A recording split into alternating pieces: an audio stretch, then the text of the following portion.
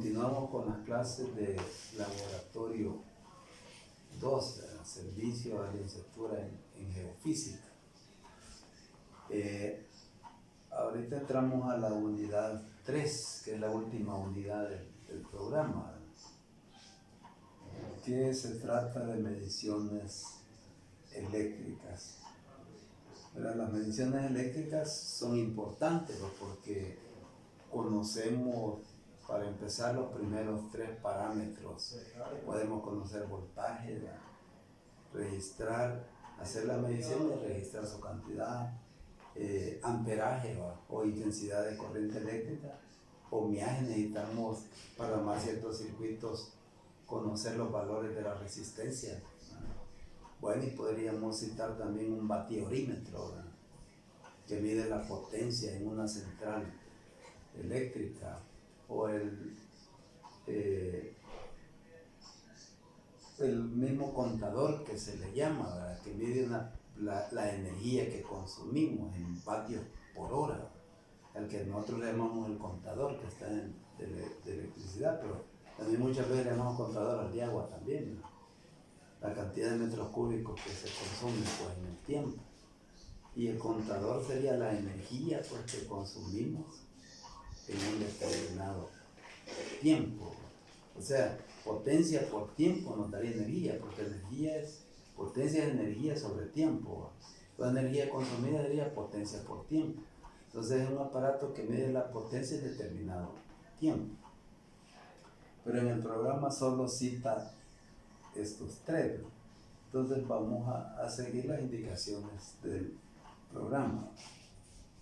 Bien, en las mediciones eléctricas, pues en una planta, ya sea geotérmica, térmica o hidroeléctrica, ¿verdad?, tenemos que estar midiendo voltajes, corrientes, potencia que está trabajando, que se está enviando, etcétera, porque muchas veces en las plantas eléctricas o hidroeléctricas aparece la capacidad de 10 megavatios de producción.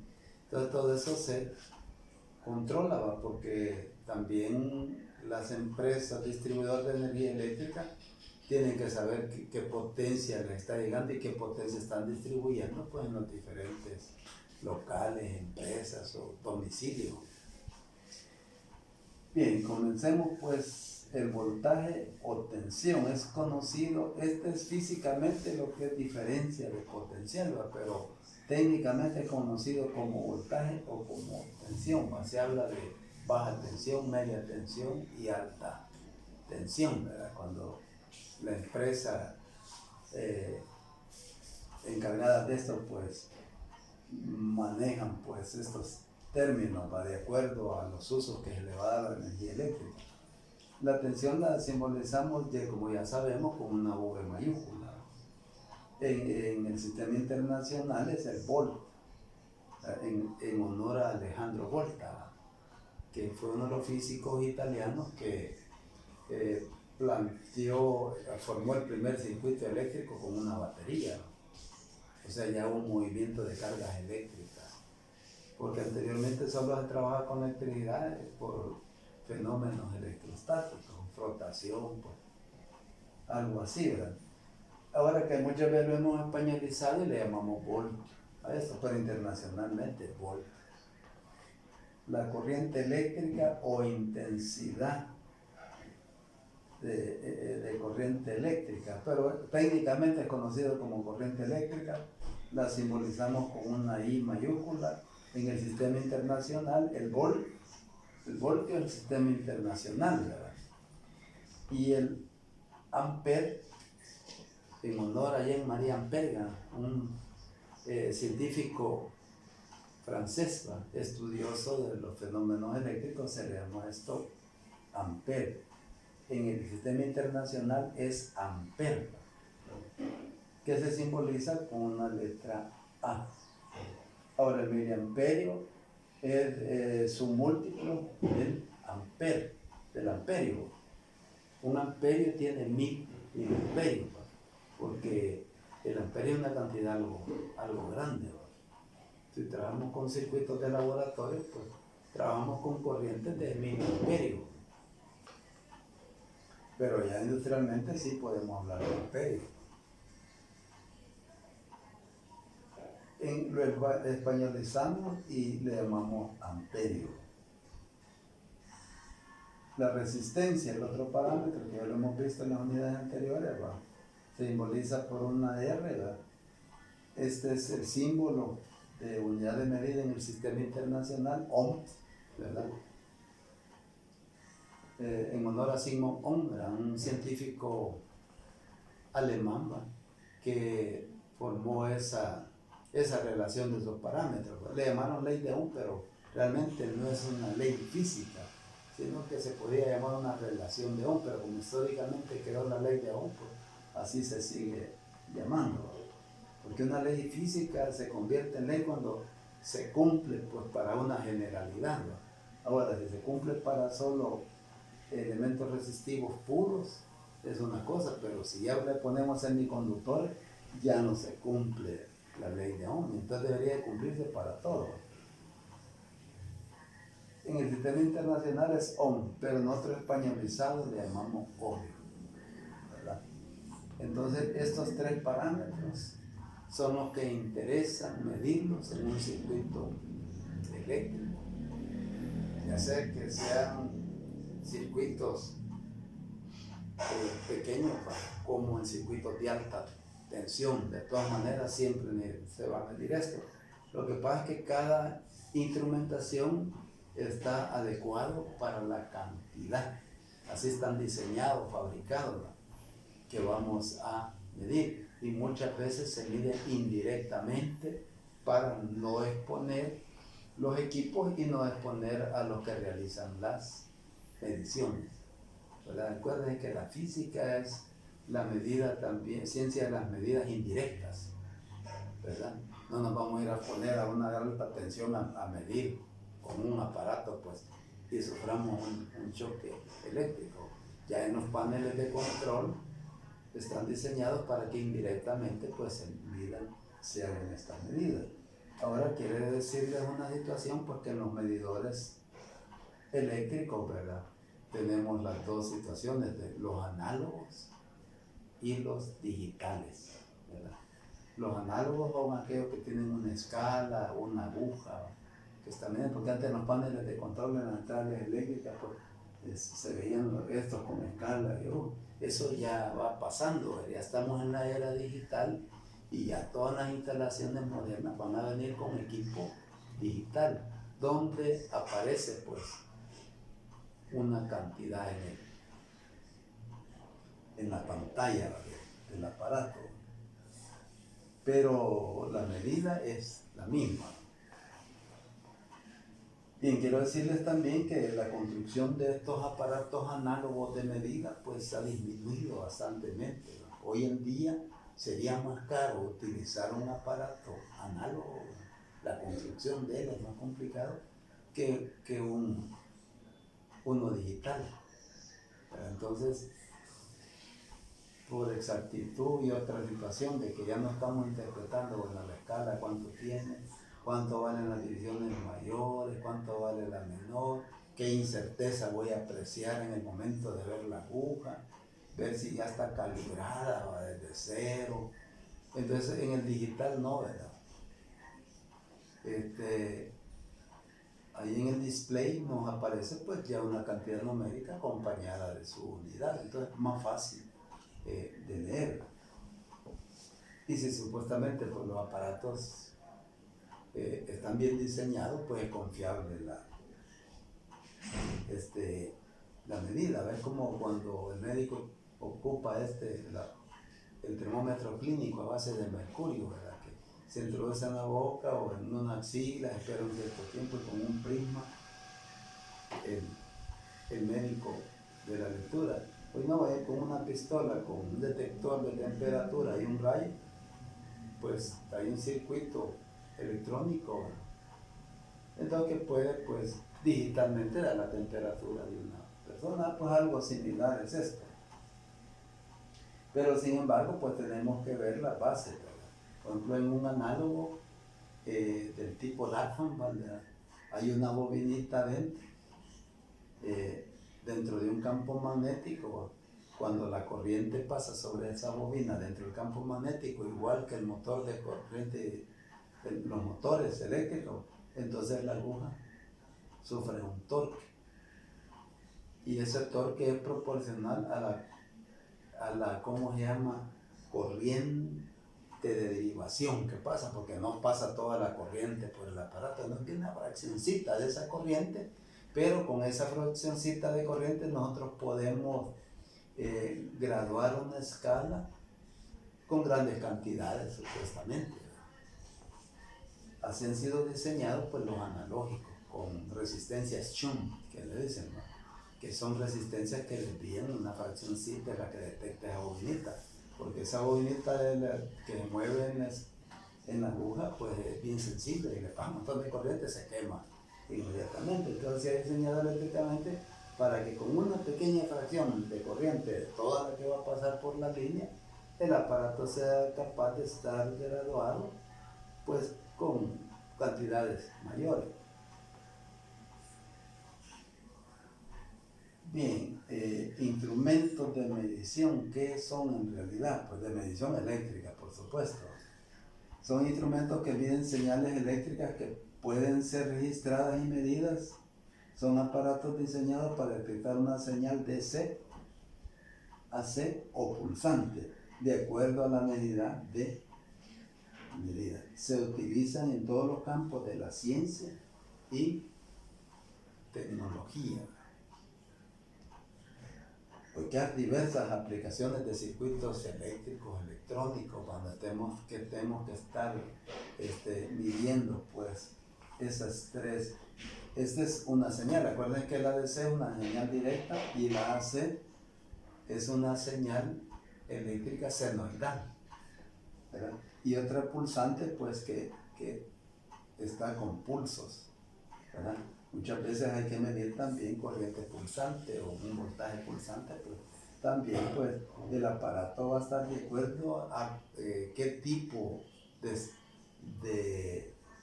de fuente vamos a utilizar. Si el circuito funciona con corriente directa, pues vamos a utilizar aparatos de medida DC, y si se manejan con AC, pues vamos a utilizar en la escala de corriente alterna, o hay algo específico para un voltaje pulsante, corriente pulsante, etc. Bien, de aquí pues pasamos, dice ya el programa, que es un voltímetro y un amperímetro.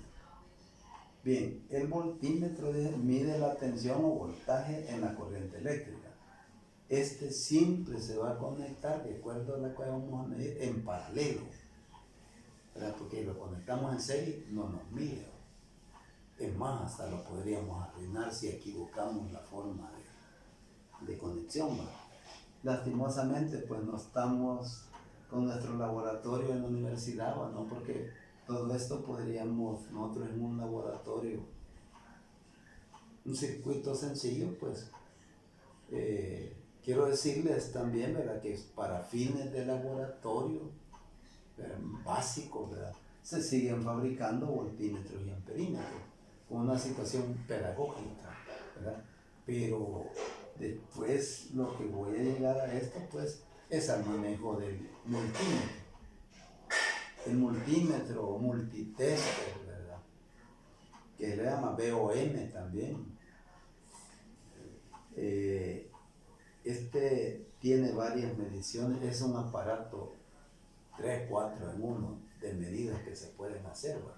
Las medidas de un multímetro son de voltaje, corriente y ohmiaje. Algunas veces se puede utilizar como capacímetro también, ¿no? Nos mide la continuidad en un circuito. Entonces un multímetro, hablando eléctricamente, es de gran importancia para la gente que hace mediciones eléctricas, saber si hay en un toma hay voltaje o no hay voltaje, ¿verdad? O saber si una resistencia no está abierta. Si está abierta, que está cortada, entonces se pone en continuidad, y si no hace ninguna bulla, no sirve la resistencia. O se cortó un conductor en alguna parte. Pero antes de hablar del voltímetro, del multímetro, ¿verdad? Tenemos que hablar de lo básico, cómo funciona el voltímetro y el amperímetro ya en los circuitos, ¿verdad? Después de que veamos esto, entonces nos vamos a centrar estrictamente en el multímetro. No quiere decir esto que también vamos a ignorar los circuitos series paralelos, porque eso siempre se va a seguir utilizando la ley de Ohm y muchas veces en los circuitos que hacíamos en el laboratorio de la universidad, pues hacíamos el cálculo, teníamos los valores de resistencia, las poníamos en series paralelos, les poníamos una fuente de determinado voltaje, ¿verdad? Hacíamos el cálculo del circuito con ley de Ohm, qué corriente va para tanta resistencia, qué caída de voltaje tiene otra resistencia. Y de ahí nosotros con los aparatos, con el multímetro, comprobamos de que sí realmente pasa determinada cantidad de corriente o hay determinada caída de voltaje en una resistencia X. Entonces aquí tenemos un circuito básico, una fuente y la resistencia. Recuerden que el sentido convencional es de positivo a negativo.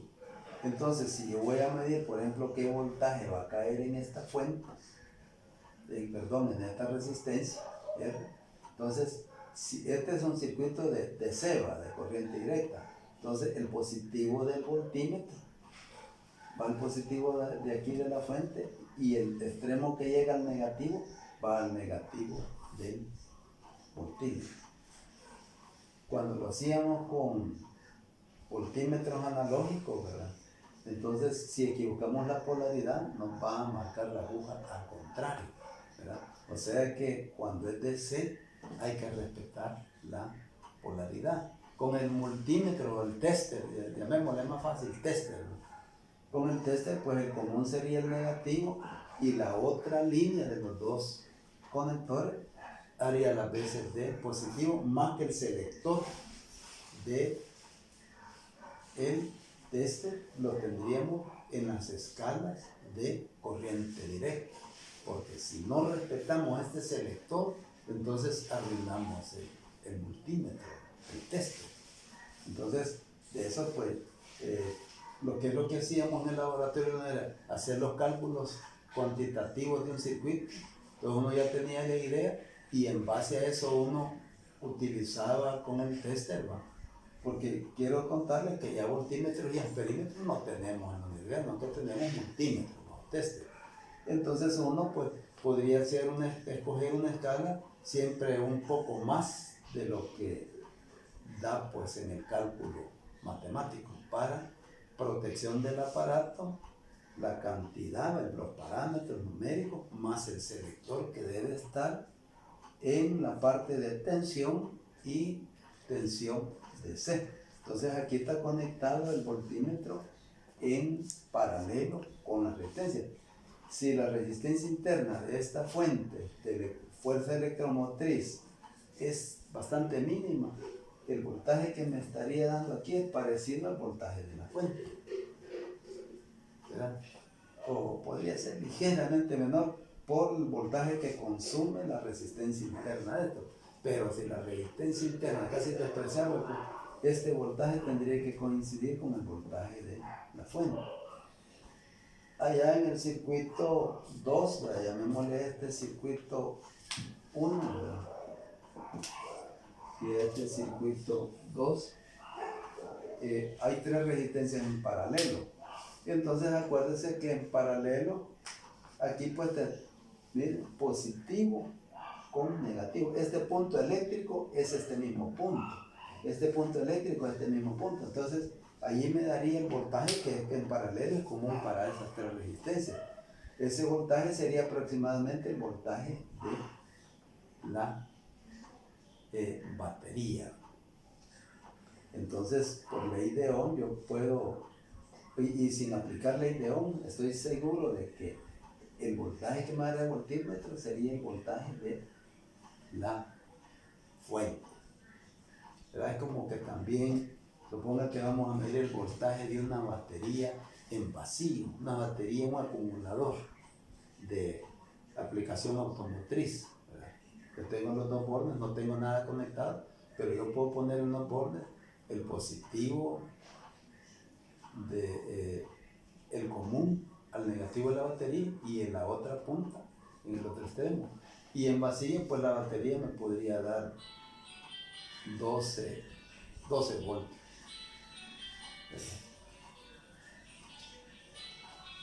Esa es una prueba de cómo utilizar el multímetro como voltímetro.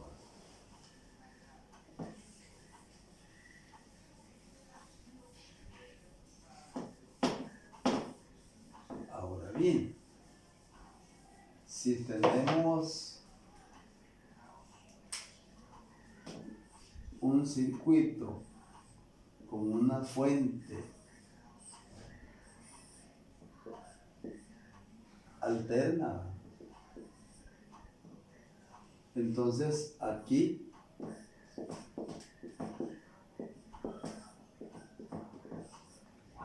es indiferente. Al medir este voltaje alterno, tendría que como ya no esto lo estoy llamando como voltímetro, pero aquí lo que pondríamos sería el multímetro. Entonces aquí pues no importa la polaridad, porque acuérdense que esto está cambiando de voltaje positivo a negativo, porque es una onda seno. Ya ustedes matemáticamente la conocen.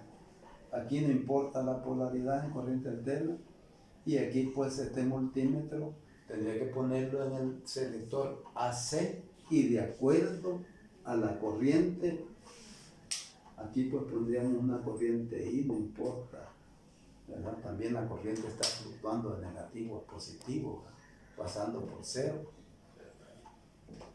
Y entonces este voltaje sería prácticamente el voltaje también de la fuente, de acuerdo a la ley de Ohm. Lo único que el voltaje sería en función del voltaje,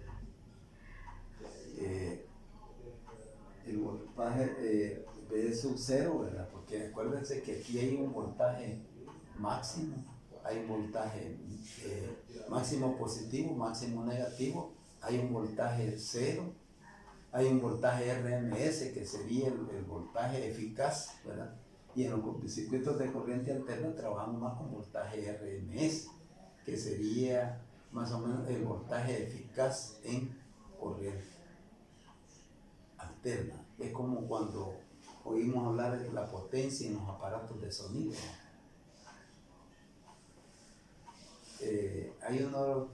Hay una potencia PMBO, algo así, en PO, parece que dice, que más que todo que refiere a potencia sonora, ¿verdad? Pero los vatios así reales son los RMS. O sea, como dice, estos son los voltajes de la potencia real.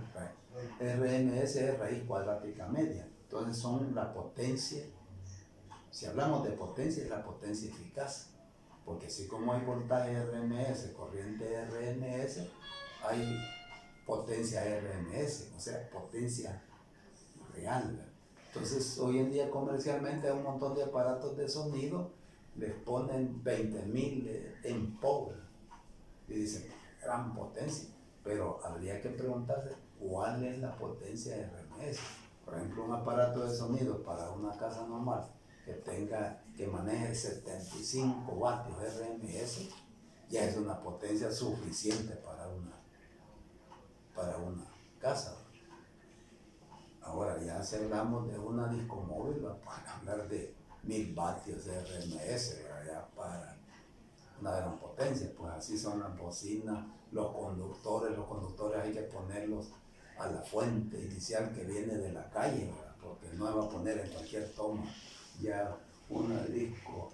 De esas requiere pues ir al tablero principal en un edificio, ¿verdad? donde los conductores son de calibre bastante mayor, para no correr el riesgo que se quede la discoteca sin energía. Bien, entonces aquí con el multímetro nosotros tendríamos que seleccionar corriente alterna y ver el rango que vamos a medir, ¿verdad? Y aquí es indiferente porque no hay polaridad. He escogido un circuito solo resistivo porque es el más sencillo, ¿no? Porque ya con capacitores o con bobina, ya la cuestión aquí cambia un tanto su análisis. Pero independientemente siempre podríamos medir pues, el voltaje a través del capacitor. Supóngase un circuito serie de capacitor y bobina, los voltajes se van poniendo en paralelo y podríamos medir pues, con un multímetro el voltaje que está cayendo en la bobina, en el capacitor y en la resistencia. Ahora, matemáticamente tendríamos que hablar de reactancia capacitiva, reactancia inductiva, más el valor de resistencia, pero eso está fuera del alcance de este curso, eso lo van a ver en física 3. Este curso es más que todo orientado, más técnico que académico, por decirlo así, ¿verdad? Bien, entonces con el amperímetro, ¿verdad?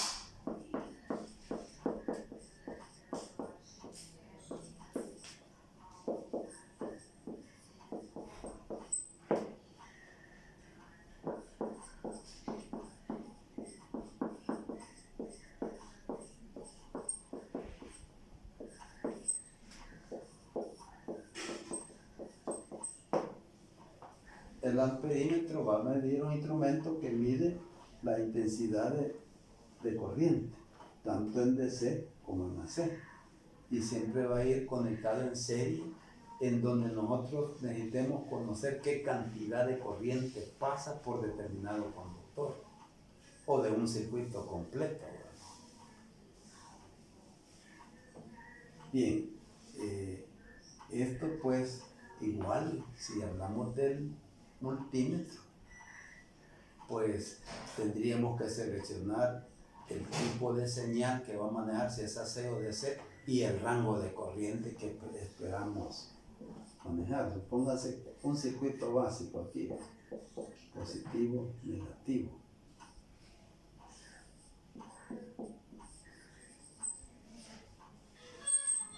Aquí hay una resistencia R. El sentido convencional es de positivo a negativo. Entonces aquí se pondría el positivo del amperímetro y aquí el negativo del amperímetro. Bien, aquí va conectado en serie porque va a detectar la corriente que pasa por él. En los analógicos está adentro y es una resistencia shunt, o sea que shunt es desviar, ¿verdad? Y entonces los libros de física tradicionales todavía explican esto, pero pienso que ya no es tanto necesario porque hoy pues solo equipo digital prácticamente. Las próximas instalaciones, todos los aparatos van a ser digitales, ¿no?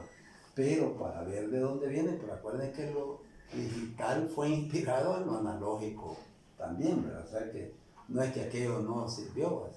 Sí sirvió, pero la forma de medir con aguja y estimar una escala es menos precisa, pues. En cambio en el digital, si ya le dan la cantidad y la unidad, pues ya no hay donde andar interpretando cuánto es esto o cuánto vale, ¿no? ¿Verdad? Entonces, aquí si estuviéramos trabajando con un amperímetro clásico, el positivo y el negativo iría acá. Y esta detectaría la corriente, se conecta en serie.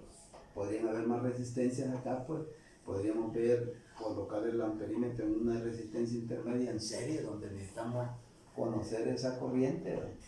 Y cumple pues todos los parámetros de los circuitos serie y paralelo. Ahora, si esto fuera una corriente alterna,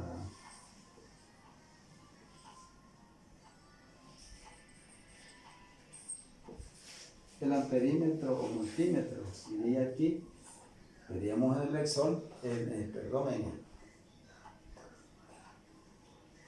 en la parte del cursor, ¿verdad? O el giratorio, pues, que lo ponemos aquí en DC, dijimos, aquí lo pondríamos en AC, y si hacemos un cálculo matemático, aquí no importa la polaridad.